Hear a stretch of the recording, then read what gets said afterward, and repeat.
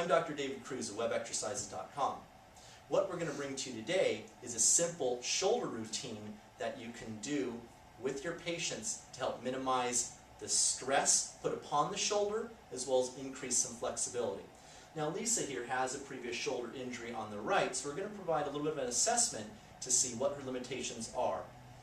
First off, if she goes and faces me, some general range of motion is we want to have her do some flexions. She's going to come all the way up, good, and then all the way down. When she comes up, we want to make sure she's not extending. So something to consider, if your client or patient was lifting and from here they then started extending the low back, make sure we have the motion at the shoulder and not the low back compensating. We always want to compare bilaterally, so I'll just visually compare here. I'll have her turn and face forward. We want to try an abduction move coming right above. We also want to make sure her shoulders stay nice and level. We're not getting any compensatory movements. Okay? I'm going to have her turn around facing her back towards the camera, and then what we're going to do is just have her do an internal rotation, so reaching as high as she can on one side, kind of get a visual, and then the other side. Okay, and we obviously have some loss of motion. And what we can also see too is a little bit, it's tough to see, I'm sure, from the camera standpoint, but she has a little bit of scapular winging, so that scapula is coming off a little bit, so we have some weak stabilizers here, which is directly related to the function here.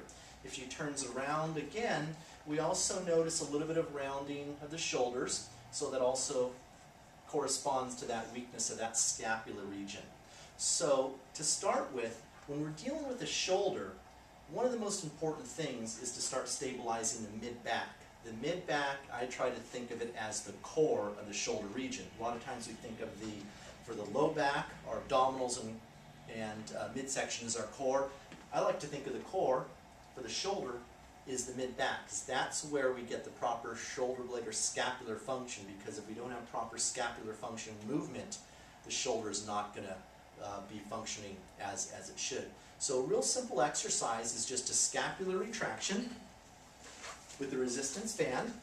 A lot of times I'll have people sit down and do this so we have a little bit better stable surface. She's going to bend her elbows to 90 degrees, elbows by her side, and all she's going to do is externally rotate outward, but what I want her to think about is bringing those two shoulder blades to center towards the spine. So the first movement, I'm going to say squeeze shoulder blades, let the arms follow. Back to neutral. We also want to maintain good posture and good shoulder blade at shoulder level and not let them raise up. So she's going to squeeze and arms follow. Good. And another one. Good. We really want to work on that scapular wiggling to start giving the shoulder stability. Now a stretch to increase that mobility.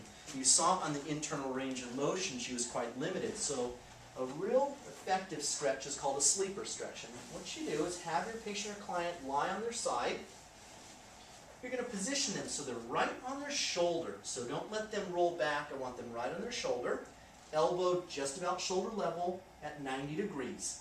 She reaches with the other hand and lowers her arm towards the table, maintaining this elbow height as well as maintaining that 90 degree. And as you can see, she's quite limited as she's pulling down. Now she should feel a little bit of a posterior stretch in that shoulder. She holds for 30 seconds. Good. She should repeat that 2 or 3 times, and you can have them do that twice a day. So what we've just showed you is a simple stabilization for that inner scapular, as well as a stretch. Now these exercises, as well as hundreds of more, are available for free at webexercises.com.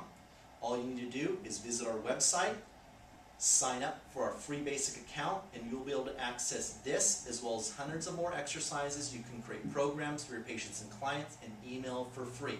It's our way of trying to keep people healthy through exercise. So sign up at webexercises.com.